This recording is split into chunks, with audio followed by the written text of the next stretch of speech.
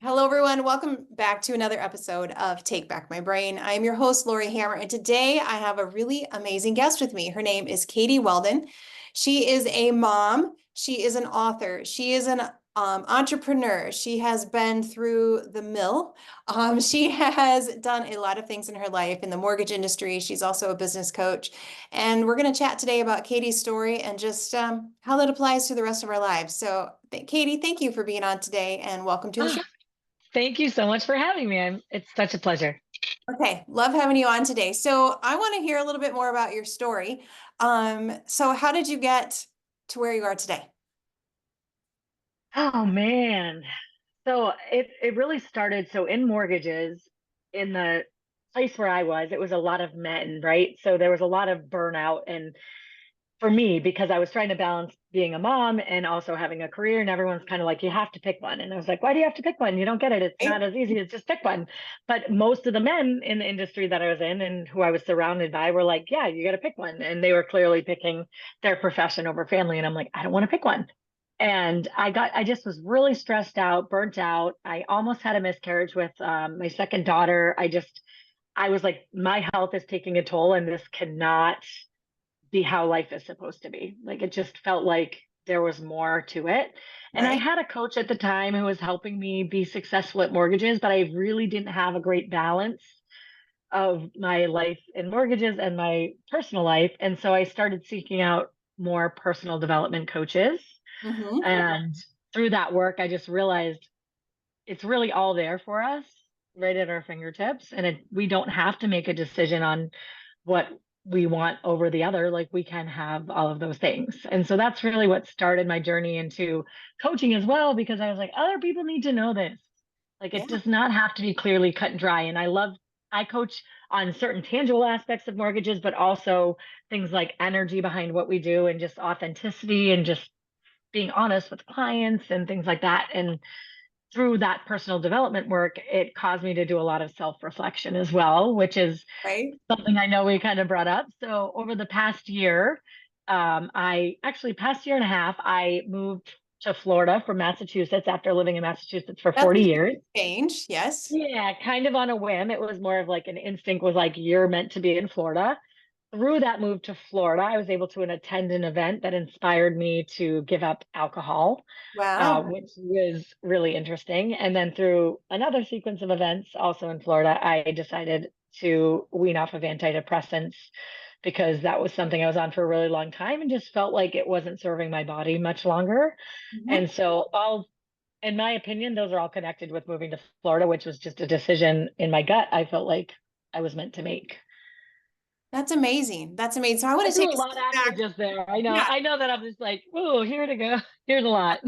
Let's take a step back and kind of tease a lot of this stuff out because this makes you who you are and how you coach women and, make a profound impact on women as a whole. So let's go back to you're in an industry which is, male driven, and you're this hmm woman, you're like, no, I really feel I'm supposed to be in there. And I feel it's so interesting that our society is like, as a woman, you have to pick one or the other. Like, you can't have a family and you can't have a career at the same time. It's just not possible because you're either going to ruin your kids or going to ruin yourself.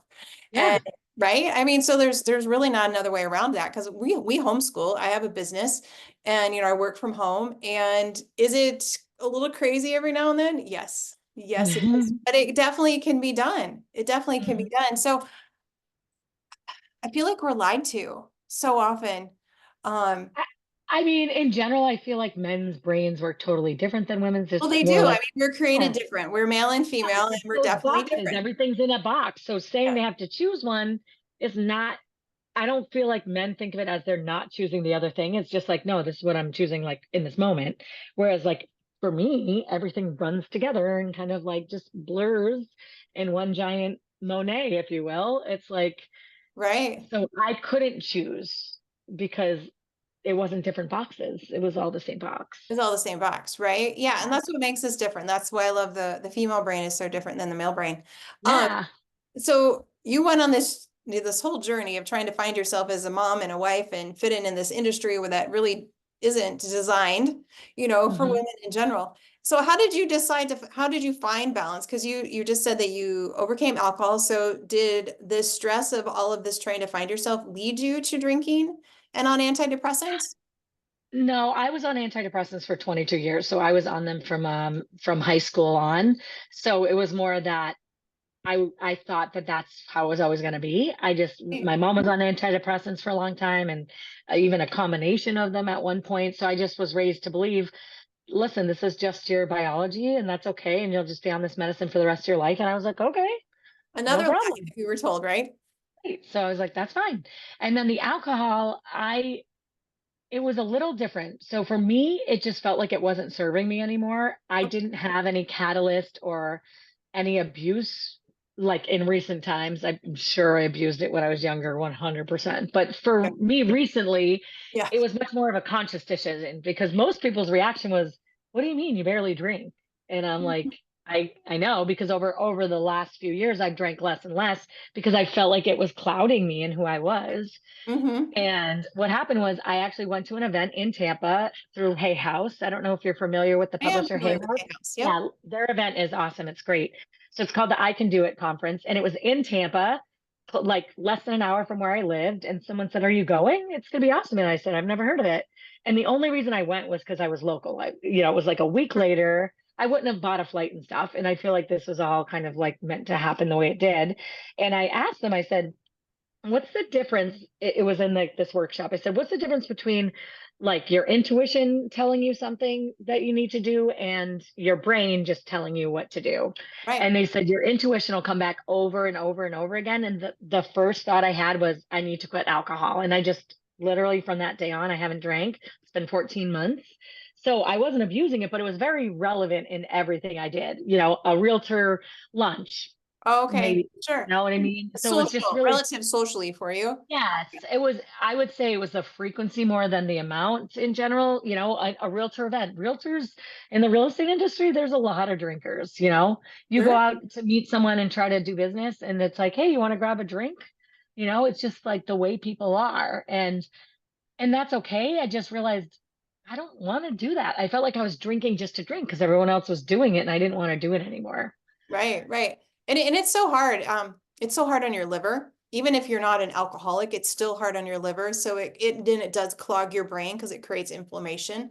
And so there's so much research coming out on alcohol and how it affects our bodies. And because of the world that we live in right now, we're so toxic that, we're filled with microplastics and heavy metals and all those kind of things. And alcohol does not serve that environment. It actually makes that environment worse.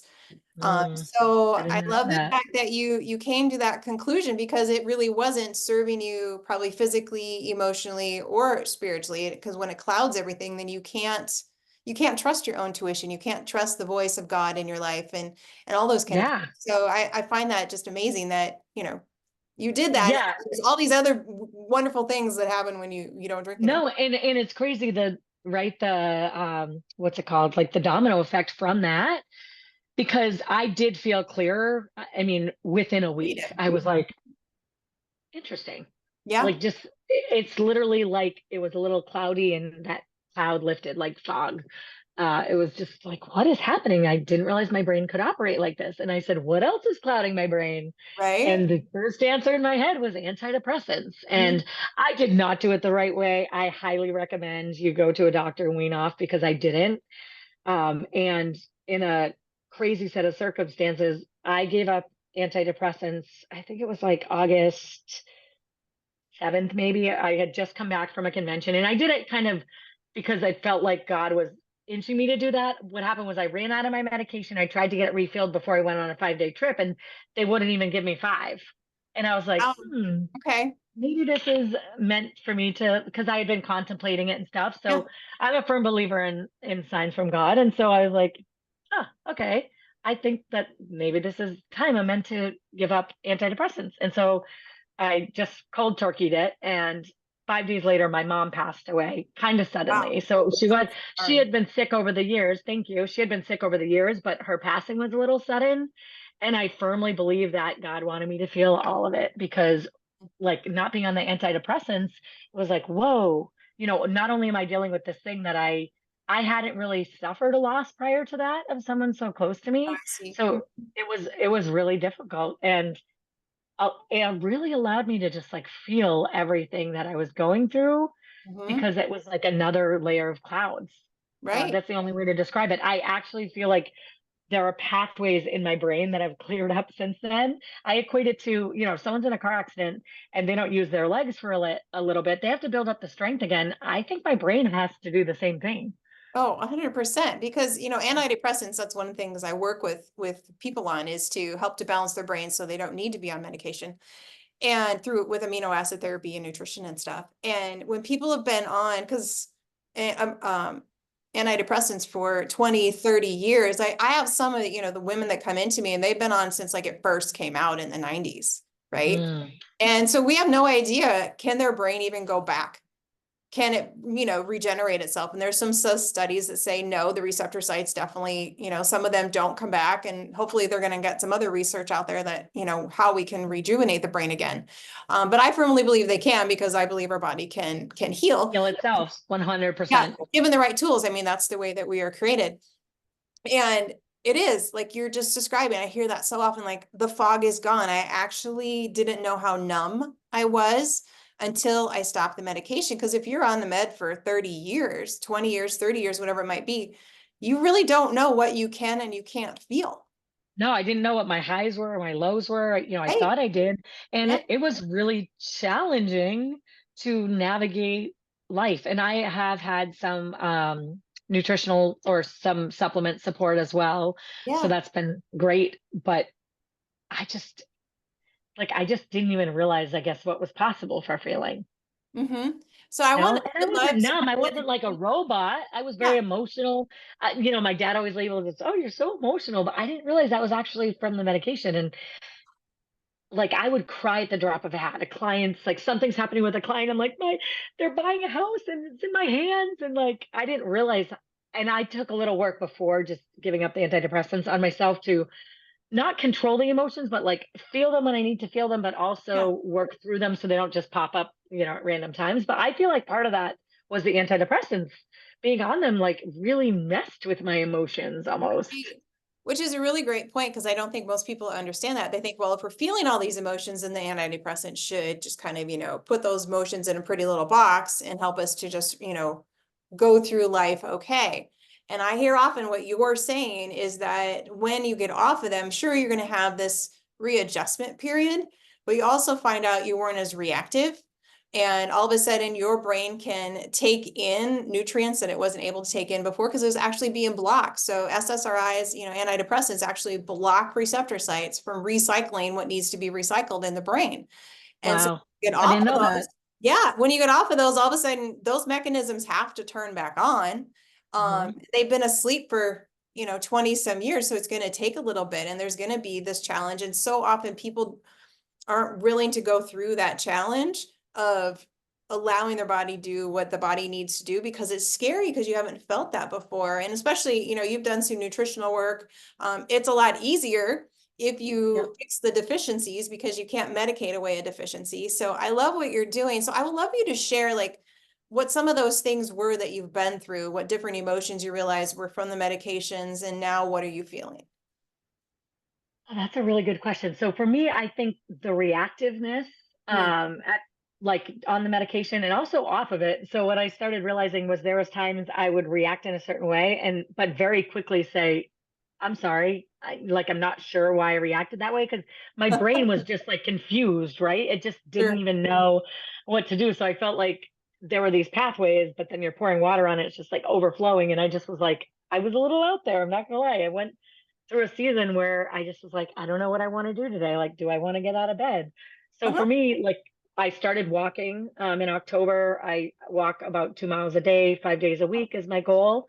That's really, really helped just getting outside in nature and like letting myself be with my head and my Uh-huh. brain and letting myself think whatever thoughts came up was really, really useful in getting those off because it was kind of like I was having a new conversation with someone. Oh, I'm sure. Yeah. So, but really I just didn't realize how numb I was. Even though I felt all these emotions, I thought that that was a normal range of emotions. I just Right. didn't realize. I They thought were I was like pure up and down emotions. and fun, and yeah, it's really hard to describe because like I don't understand it myself. Hmm. It's like, how did that happen, or what was that? I'm not Right. sure. I just know that for years that's how I lived. Oh, that's fascinating. So how's it changed your relationships? I would definitely say at first maybe struggled a little bit because Yeah. I kind of was getting used to how I was feeling, but in general, a lot better because I'm a lot more clear about what it is I'm feeling or what I need Hmm. because I'm feeling it a lot closer kind of to the top of my mind or to my brain. Right. So I'm more open and honest with my husband about like, hey, I'm kind of frustrated about this versus like being more passive aggressive. I was very passive aggressive before. Uh-huh. That like in a way that maybe my friends wouldn't know, but my husband or my kids might know. Sure. Sure. Like, so, stuff like that, just being more honest about where I'm at in the moment too. Hey, I'm Hmm. having kind of a tough day, so I'm just going to take a step aside. Where before it was like, I need some time and I'm taking a step aside. It's like, it's rational, honestly, versus irrational, kind of. Is like, it Sure. used to be that more irrational, like, I think I'm doing good by you because I'm going to take a step aside, but the way I'm talking to you and reacting right now is not Not very friendly. necessarily. No, exactly. So like if you just tell someone the story, you're like, oh, that's not bad. But when you're in it, it's like, that's okay. There's a lot there. And now Right. it's like, oh, I don't like how this is happening. I've got to kind of try and figure it out. It's a lot more conscious and calm and um I don't it's like peaceful. It's a lot more peaceful. I love to hear that.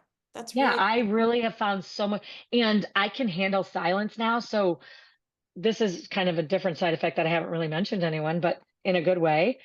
My brain went 100 miles a minute. I used to try to meditate all the time. I could not. Like, I tried to watch a candle and be silent for a minute. I Yeah. tried like the meditations. Like, I can be so still and silent now. And Mm. I don't know what it is about. It's almost like the medication created noise that like I couldn't shut off. And Oh, I was always thinking of something else, thinking of something else, thinking of something else. right. I was a lot more scared before. So like I would think more of like the bad things that could happen Hmm. versus just like, okay, in general, I would say out loud, hey, what's the best that could happen? Not what's the worst, because I like to focus on the best, but just how how that's even happened, like what was going on in my brain, even though I might not say it, was like all this worst case scenario and doom and gloom. And like it's just reorganized itself. That's so great. It really is. I'm so glad you're sharing this story. Because so It's many been people, life changing. yeah, so many people are afraid to come off their medications. I just recently had another client. She just texted me. She's like, took a picture and she says, I'm done with these. Yeah. And I'm so proud of her. I mean, she's been working with a doctor and stuff, but she's like, I just don't want this as part of my life anymore. She's a realtor also. And anyway, she's just a phenomenal woman. And I'm just really excited to see, where all of this takes her as well, because she's just decided, she made a decision, like this is all going to be different now. And Yeah. yeah, so how's it changed your business, yeah, and how you deal with people and your motivation? Because so often people on meds are just like, I just don't, I don't care. I definitely still struggle like at first too. I mean, it's taken almost the full year to really Sure. start to feel like so I don't know that I expected that at first. So if someone had told me that, I would have appreciated. I probably still would have done it, but Uh-huh. I would have had a different expectation of how quickly it could get out of my body, and I didn't realize how Yeah. long it lingers. But so the motivation at first, it was really hard because, like I All said, right. I was kind of navigating this new brain of mine. Like I don't know what to do with it, so we want to shut it down and just like go in a corner. And now it's like I even ask my body to wake myself up. I never could have done that before this because I feel like the noise was just too loud. I asked God to wake me up, but I asked God Yeah. to work through my body to wake me up. So Yeah. I literally say, please wake me up between 4:30 and 5:15 a.m. at a time where my body feels rested and rejuvenated. And I Yeah. say that every night, and every morning I wake up without an alarm, and it's crazy. But like, I don't think I could do that before getting off the antidepressants because it really, the more I think about it and the more I'm talking to you right now, it's just like so noisy. Yeah. Like That's just a that's the really good only way to way to describe that. describe it. Yeah, because so it's like so quiet in my mind now. I just It's literally like, have you ever used headphones that have static and you're like trying to talk over it? Yeah. That's that's what it's reminding me of right now, is with my mind, Yeah. because I couldn't hear the noise, and so I was like almost getting frustrated talking over it, and then overwhelmed. It was just so much, Right. so Right. much. So question then is, so what were you feeling when you went on the medication that got you on the meds to start with? So I struggled with my weight for a long time, and Mhm. I started in high school. And so I originally, I think that was, I wasn't Okay. necessarily bullied. I had a lot of friends, but like I didn't feel comfortable in my body. So I had a lot of body image, body image issues. I'm Yeah. an identical twin, and she was a lot thinner. Right. So she got a lot of attention from boys, and so it was very, honestly, if my daughter was dealing with that nowadays, knowing what I know, I would handle it totally differently. But back then I was like, okay, go see a therapist. I Yeah. was never suicidal, but like I did think of harming myself, not in a way to kill myself, but just like to release the pain of what I was Right. feeling through harm. And so I started seeing a psychiatrist, and then it led to medication, and that's just what they did. Did. Yeah. Yeah. That's so interesting. So I had a lot of anxiety and depression as, kid and high school. And then my eating disorder kind of blew up when I went to college. So I was bulimic. That was my way of dealing with things. So I wasn't a drinker, although I did drink some in college because I was trying to not binge and purge. So I thought, well, drinking would be a really great idea. Yeah. But of course that's not a really good idea either. And what you're saying is just there felt like it was a lot of noise then, and then I would use the bulimia, but then that was really noisy too. Like I feel like things that when we try to quiet our mind with other substances or an eating disorder, then it just gets more chaotic Yep. in there is what I found. And so I would say my life was saved through amino acid therapy, which is what I still do today, and rebuilding the brain. But because I'm hearing your story. I'm like, oh gosh, I wish I would have known you a year ago and helped you support your brain so you didn't have this whole year of like, And oh now, exactly. So take this, all your listeners, take this. Don't do it my way. Really don't, yeah, because there are easier, better ways. There right, really are. right, And now it's all like coming out, but I didn't know about it before. And right. so Yeah, it's like, yeah, I would have loved to there's save you so some many better headaches. ways. That's okay, because it all taught me who I am, and it allows me to send people your way, because don't do it the way I did it. I did not do it the right way. And you have a I'm beautiful very message, grateful to and be you on still the, did it though. That's the thing. You yes, still I did you it. still had in your mind like this, I want my life to be so different that I'm gonna, navigate my way through all of this, and here you are on the other side. I just think Yep. it's such a beautiful story, Katie. Thank you. And my next big thing is to release all this excess weight. So I feel like I knew I had to do some of these things first. Sure. Um, and and it's gonna really put me in a better position to release that extra weight, because now I don't have those things holding me back, like alcohol or antidepressants, because they affect how your body is operating. Oh, yeah, your metabolism and like how you can even like look at food. This is a good question. Do you look at food differently now that you're off of antidepressants? Yes, I'm very conscious of like where my food addictions come in, and like um when they're kind of running higher than other times. Like Yeah, lately, over the past few days, for some reason, I'm like, I need to look at what I'm doing, because I've been eating a lot more than I normally do. And I'm like, okay, so it's really helped me pay attention to when those patterns are coming up as well, right. and make decisions that are ultimately going to help release more and more weight. Because it's okay if I had a few days where I ate more than I normally do, but the trick for me is, how do I get in a position where I say, I don't feel my best over the last few days, and I'm not fueling my body with what it needs Right. to be healthy and strong. So what does that look like instead? Right. Like with the antidepressants, I felt like I was much more of a binge eater too. Like Mhm. I really Oh yeah. like more all at once. Like now, if I don't even binge anymore really, but like it was really more all at once. Like I'd make, a pizza and then have dip and then Right. something else.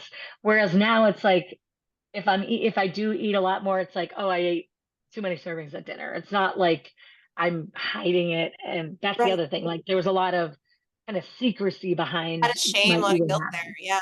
Yeah, yeah. Yeah. And I also believe that my body was not functioning properly to release the weight that it needed to. So Yeah. I'm focusing on other things in order to get my body to start doing that on its own, because eating is part of it, a big part of it. Mhm. But there's also the need to make sure my body is functioning at an optimum range where I can release weight as I eat less. Yeah, because your body is a survival mechanism and it will hold on to whatever it needs to just to and so it knows that it's going to survive. And Yeah, it's that's really good at that. really good at that. And that's why you're like, "Oh, I can't lose weight." Well, let's figure out what your body still needs. Let's give it what it needs, and then it can release what it doesn't need. Yep, exactly. So good. So what things helped you change your mind shift over this past year? Just honestly, I noticed that when something came up over and over again, to just do it.